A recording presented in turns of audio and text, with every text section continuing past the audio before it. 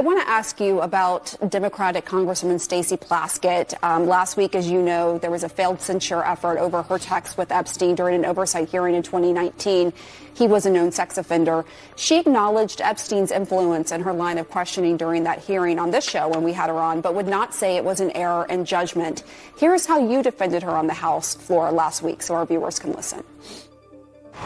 However ill-advised it may have been, she took a phone call from one of her constituents. They've arraigned a Democratic member for taking a phone call from her constituent, Jeffrey Epstein, in the middle of a hearing. And of course, I don't think there's any rule here against taking phone calls in a hearing.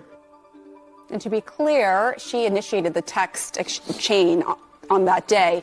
But are Democrats losing the moral high ground on the Epstein issue by defending her as you have?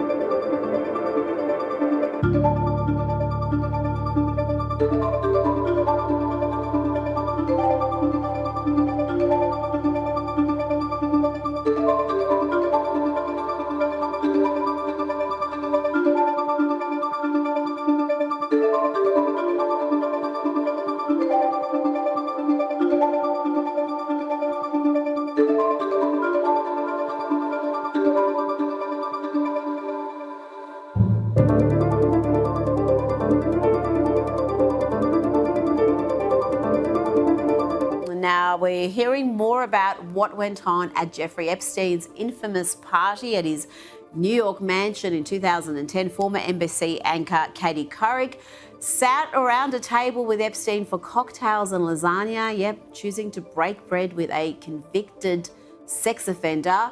And they apparently talked about international politics. Of course they did. Kinsey, what else can you tell us?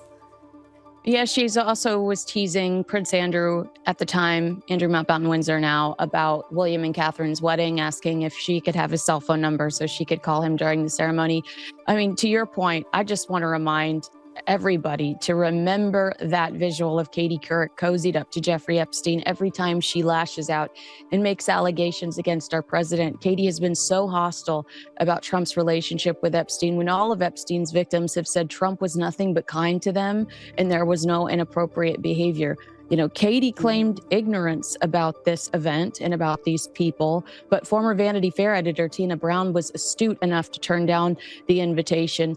She now calls it the Predator's Ball. Oh, wow, that's got a ring to it. I just can't believe anybody, let alone someone who's got the sort of profile Katie Couric had at the time, would accept an invitation from a pedophile. I mean, that 2008 conviction, and this dinner was in 2010, this meal, that 2008 conviction was for paying for sex with a 14-year-old. Now, in my mind, 14-year-olds can't consent, so that to me is rape. But however you want to characterise it, it was against the law. He pleaded guilty. That was 2008, and 2010, he's got all these famous people sitting around his table. Give me a break.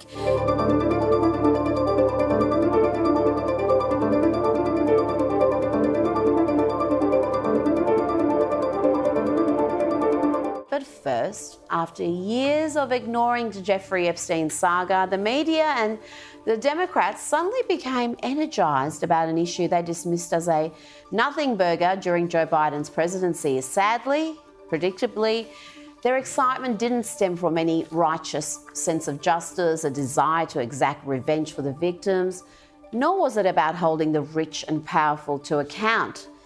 Instead, it was all about, you guessed it, a desperate attempt to connect Epstein's criminality with President Donald Trump. In what may become one of the biggest own goals of the decade, the Democrats have engineered the release of the investigation material on the disgraced financier, aka the Epstein files. President Trump signed legislation on Thursday to allow the Justice Department to release the files on the convicted sex offender and pedophile. The first scalp has been Larry Summers, the former Harvard University president and former Treasury Secretary under President Bill Clinton. He resigned from the board of OpenAI and stepped back from his teaching duties at Harvard after expressing shame for his association with Epstein. But he was hardly alone in choosing to associate with Epstein, even after it was clear who and what he was. From Prince Andrew to Chelsea Handler to Woody Allen to Katie Couric and Michael Wolff, there were plenty willing to break bread with Epstein. You know who's not on that list? President Donald Trump, who had already banished Jeffrey Epstein from Mar-a-Lago even before his 2008 conviction.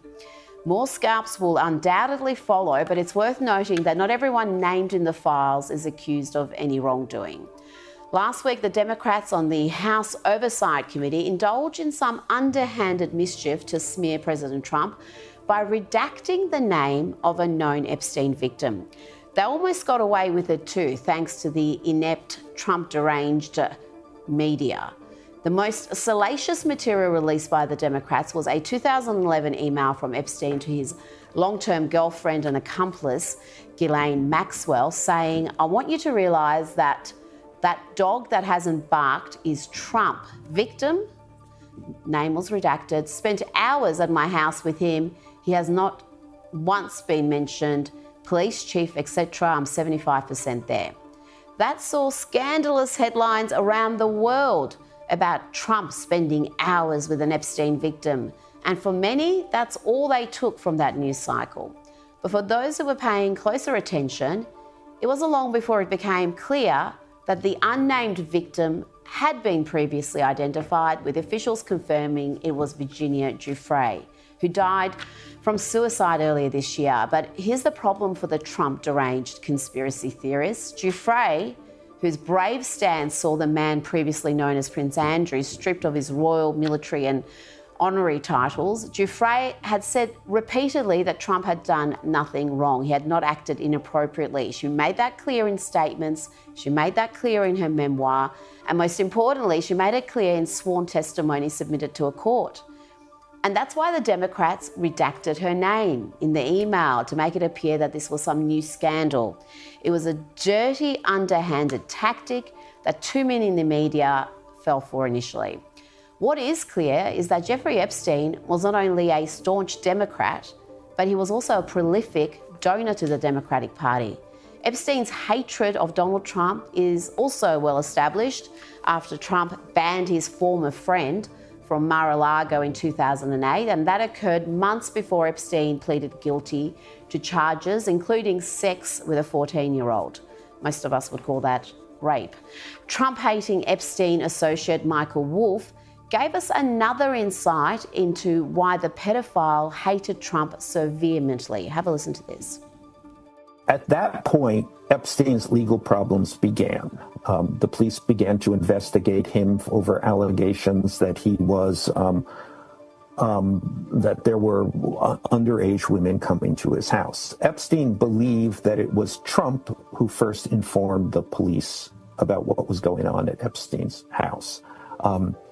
And from that point on, they were nothing but bitter enemies. And this is what he's telling you. This is one of the instances of what he's telling you. Yes. Epstein believed that it was Trump who first informed the police about what was going on. Think about that and what we now know. The real story here is Jeffrey Epstein, a convicted pedophile, was plotting with the Democrats to get Trump. Epstein was even feeding questions to a House Democrat during a 2019 congressional hearing. Despite Epstein's criminality and ongoing creepy antics, it was welcome in some elite circles and courted by the Democrats, who continued to solicit donations from him. This week, the Democrats sought to muddy the waters again by suggesting that Jeffrey Epstein also backed Republicans, with Congresswoman Jasmine Crockett claiming he'd donated funds to a number of Republicans, including Trump-appointed EPA Administrator Lee Zeldin. Folks who also took money from somebody named Jeffrey Epstein, as I had my team dig in very quickly: Mitt Romney, the NRCC, Lee Zeldin, George Bush, Win Red, McCain Palin, Rick Lazio. I just want to be clear. If this is the standard that we're going to make, just know we're going to expose it all. And just know that the FEC filings, they are available for everybody to review. This is absolutely ridiculous. It is absolutely ridiculous, Jasmine, because it turned out the donations that she was mentioning there, including to Lee Zeldin, came from a Jeffrey Epstein who is a physician. No links to the disgraced financier, none. Now, I believe President Donald Trump's failure to release the Epstein files back in July was the first major misstep of his second term, particularly after his Attorney General Pam Bondi had declared in February that the files were sitting on her desk ready to be reviewed. It may be an issue of little importance to the president personally, but many in his base want to see the matter tackled head on. When Trump calls the matter a hoax, he's not referring to Epstein's criminality or links with powerful people. He's referring to the Democrat narrative seeking to tie his name to the man he banished back in 2008. Now, let's hope the release of these files brings a measure of justice to those complicit in Epstein's crimes and exposes all those opportunists who sought his help even after it became clear that he was an unrepentant pedophile.